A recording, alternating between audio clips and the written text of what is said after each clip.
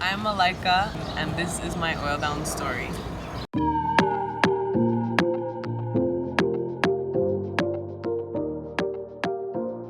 I grew up back and forth between Grenada and the States. I moved to the States around the age where I started kindergarten, and then was here until I was about 11, so after elementary school. I moved back to Grenada in time to start secondary school. I went to St. Joseph's Convent, St. George's, which for me was a very complicated transition.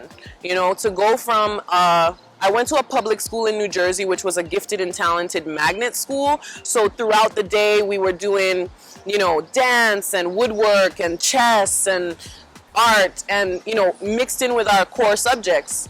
And to go to a convent environment, and we were also moving from different classrooms and spaces in the school all the time. And to go to an environment in convent where you're in one classroom, a stark classroom, you're in the same desk all day long. It was, I mean, I went from being a straight A top of my class student to failing, basically, you know? I mean, the environment, and I think also it's like there's so many teachers who feel under-supported, they're really young. To have a different type of student who wants to engage and ask questions, much less who has a kind of American accent coming into place. So the transition was really hard, but it also taught me a lot about the ways that different school environments affect different kids. And by the end of convent, I found my footing and made my way through. But I think the conformity, like the requirement to conform and conform and conform was very, very challenging for me.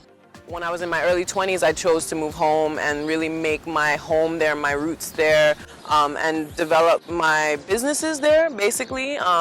So for me, I think the journey of experiencing life both in the US and in Grenada and making the conscious choice to move home was an important kind of path to be on.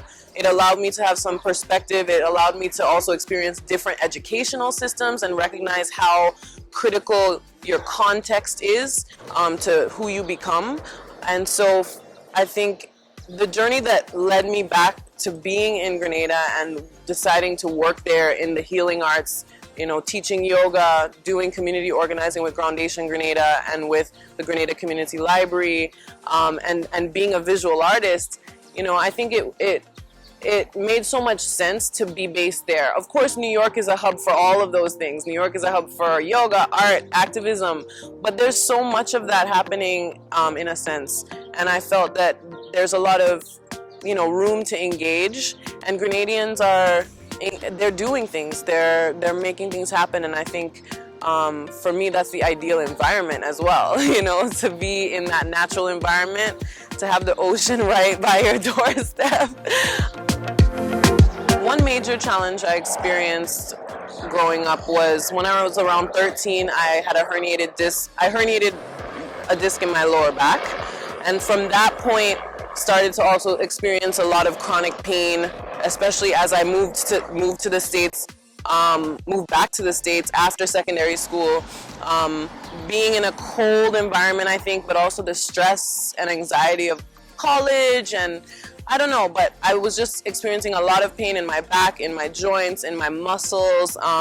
You know, I was diagnosed with fibromyalgia, which is a chronic pain disorder that's kind of vague and unclear, but what that challenge of really experiencing all of this discomfort and having to recognize, because you also don't know what other people's experiences are in their body, so you don't know what's normal, quote unquote, or not. So coming to the realization that something wasn't right and there was an imbalance, you know, that challenge led me to yoga. You know, I started yoga as a pain management tool for myself and a stress management tool. You know, I graduated from such a prestigious college in the year that the economy crashed, 2008. You know, you have this beautiful ceremony and then you get out and it's like, oh, by the way, you cannot get a job.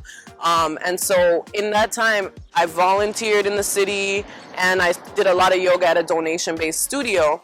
And doing those two things gave me some structure in an unemployed life, and it also put me in a place where I could then move forward. You know, the place that I started to volunteer at asked me to apply for a job as a full-time teacher there. After volunteering, you know, I keep telling people when you go into a space as a volunteer, they have an opportunity to see you.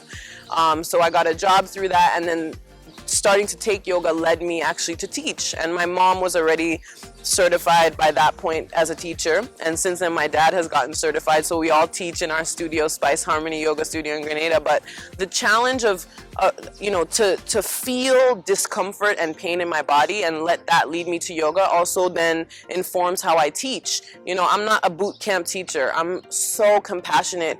I know that everybody is just dealing with their own battles. And so, my teaching practice comes out of a place of seeking healing. The therapeutic aspect of, this practice is so powerful. And in a Grenadian context, we don't have a lot of tools for self-care, for healing. There are a couple therapists, there are a couple yoga teachers and things like that, but there's still a huge lack of resources around healing. So for me, the challenges that I've had with my body have really allowed me to, I think, just be a better teacher, and have more compassion in general. We have a growing community of yoga in Grenada. There are definitely folks who are skeptical of yoga, though, in Grenada. I think there are people who are religiously conservative in certain ways and also don't necessarily know much about it, or they haven't experienced it themselves. So for them, there's a lot of superstition around it, whether it's devilting or whether it's something that good Christians shouldn't do.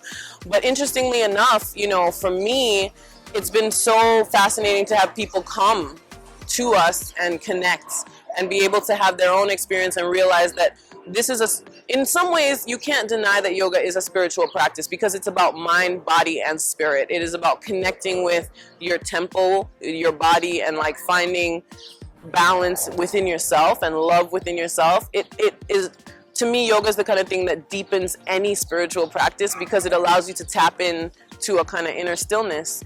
And so we've definitely, like, sometimes when people will hire me to come to their business and do like a corporate retreat, we'll have one person who's like, no, I'm not participating in the yoga section, and I ask them to just sit nearby and experience it so that they have some insight that can help them to, have a different perspective, I guess. And one of my most popular classes is a class called Slow and Steady. It's a chair yoga class. It's a pay what you can class, and it's for seniors. And well, it's seniors at heart because, we have other people who come who may have like other body mobility issues, but it's in Calavini where the studio is. All these elders from the community shuffle over, no fancy yoga clothes, so, in their cap and their slippers and their socks, and they come over and they practice. And that is actually one of my most full classes every single week. And these women sometimes bring up the fact that there are people who say, well, you're doing yoga, that's not a good Christian thing. And it's so amazing to have these elders in the community who are adding their voice to the conversation because they realize how beautiful it is. This is such a great opportunity for them to come together in communion outside of church, outside of, what they're used to come together another time during the week is just, I love that class. I love that class. To me, Juve is such a beautiful thing. So I mean, that's something I love. I think I have some fantastic memories from Juve, and Jab Jab in particular. So that's one thing for sure. I think that makes Grenada special and that I just love. I think to be able to free up, I think that's such a powerful thing for people to just let go of their social norms, to let go of social expectations and just wild out. I think that's really, really amazing. So I would say Juve is a big plus for me. But also when I think about memories, I think about, being in the ocean. Like, when, I think about snorkeling in Carriacou. I think about going up to Petit Martinique. I think about kayaking in the ocean. If I could share one piece of advice with younger Grenadians, I would say that you're allowed to have a voice. We have this idea of being seen and not heard as a child in Grenada, and I think that being able to know that you have a voice, not that you can have a voice, but that you have a unique, powerful, influential, important, and necessary voice. That's what I would say. I think we grow up in our school system. It's very much about getting the test answer correctly and not about what are your thoughts. So you can have a voice. You have a voice.